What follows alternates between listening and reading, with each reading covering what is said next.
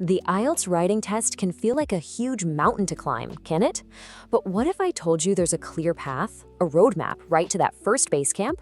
Well, that's exactly what we're mapping out today, your complete guide to achieving a solid Band 5. And hey, if you're feeling overwhelmed by it all, you are definitely not alone. I get it, it's a common feeling. But by the end of this, we're going to swap that anxiety for some real confidence by breaking down exactly what you need to do step by step. So let's talk about our target, Band 5.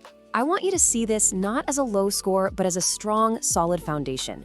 It is a goal that is completely 100% within your reach. See, getting a Band 5 isn't about writing perfect, flawless English. It's all about communicating your ideas clearly. That's going to be our focus. So here's our game plan. First, we'll decode what Band 5 even is. Then, we'll uncover the 4 scoring keys, what the examiners are really looking for. After that, we'll get practical with mastering both Task 1 and Task 2. And we'll finish up with your essential toolkit. Sound good? Let's get started. All right, first up, decoding Band 5. You know, before you can win any game, you have to understand the rules. And believe me, the IELTS writing test is a game with 2 very different parts. At first glance, this looks pretty straightforward, right? Task 1 is a 20-minute data description, and Task 2 is a 40-minute essay. But here's the crucial detail, the one thing you absolutely have to remember. Task 2 is worth double, a massive 67% of your total writing score. This is the single most important strategic fact of the whole test. So how does that weighting actually work in practice? Well, it's simple math. Your Task 1 score counts for 1/3 and your Task 2 score for 2/3.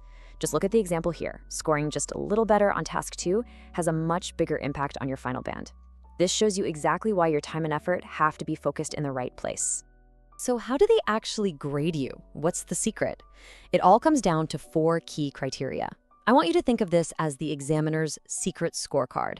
Once you know what they're looking for, you know exactly what to deliver. And here they are. Each of these 4 areas is worth exactly 25% of the marks for each task. So they're all equally important.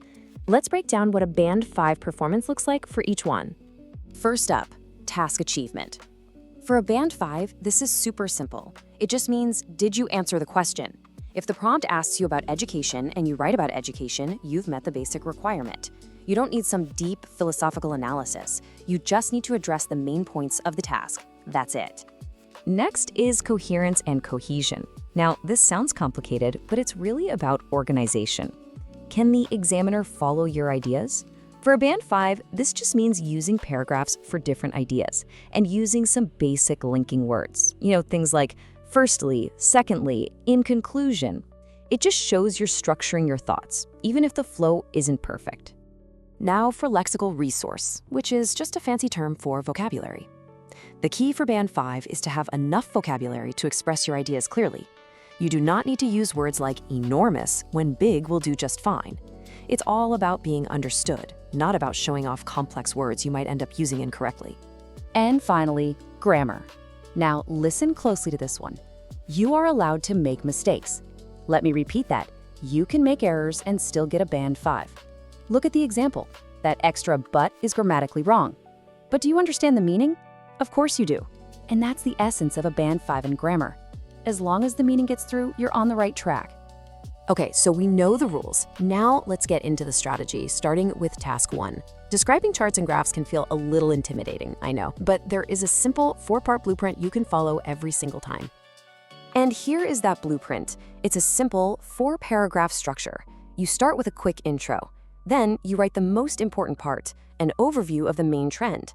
After that, you dedicate 2 paragraphs to the specific details. Follow this formula every time, and you'll have a clear, organized answer. Starting your Task 1 can be the hardest part, so don't try to reinvent the wheel. Just use a simple, reliable template like this one. You literally just fill in the blanks. The bar chart shows or the line graph compares. It's a confident, correct way to begin. Now, the overview is probably the most important sentence in your entire Task 1 response. It shows the examiner you can see the big picture, and again, use a template. Phrases like overall, it can be seen that signal to the examiner exactly what you're doing, summarizing the key takeaway from the data. And here is the basic toolkit of words you'll need. To get your Band 5, you don't need dozens of synonyms. Just learn a few words for each type of movement.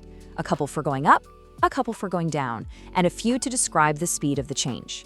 That's honestly all you need to start. Now for the big one, Task 2, the essay. This is where you need to build a clear argument. But how do you make sure your paragraphs are strong and well-developed? Well, there's a simple little acronym that makes it super easy. It's called the PEAL method. Point, explanation, example, link. It's a powerful framework for building a perfect paragraph. You start with your main point, you explain it, you give an example to prove it, and then you link it all back to the question. Simple as that.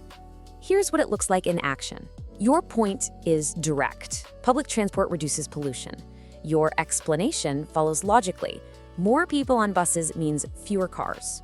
To finish this paragraph, you just add a quick example, like how London's congestion charge reduced traffic, and then a link back to the essay question. And just like that, you have a solid, high-scoring paragraph. Okay, final section. We are in the home stretch. We've covered structure and strategy. Now let's assemble your essential toolkit, the final skills you need to bring it all together on test day. Connecting words are like the glue that holds your writing together. For a Band 5, you don't need a huge list. Just master a few key words for each function. A couple for adding ideas, a couple for showing contrast, one for examples, and one for concluding. This is your cheat sheet. And finally, time management. This is absolutely non-negotiable. You have to stick to the 20-40 split. Why? Because as we saw, Task 2 is worth twice as many points, so it gets twice as much of your time. Set a timer, be strict with yourself, and move on from Task 1 after 20 minutes. Even if it's not perfect, you have to. So, there you have it. A clear, manageable blueprint for hitting Band 5. It's not about magic. It's about knowing the rules, following a structure, and using a few key tools. The power is now in your hands. So the only question is, what topic will you practice first?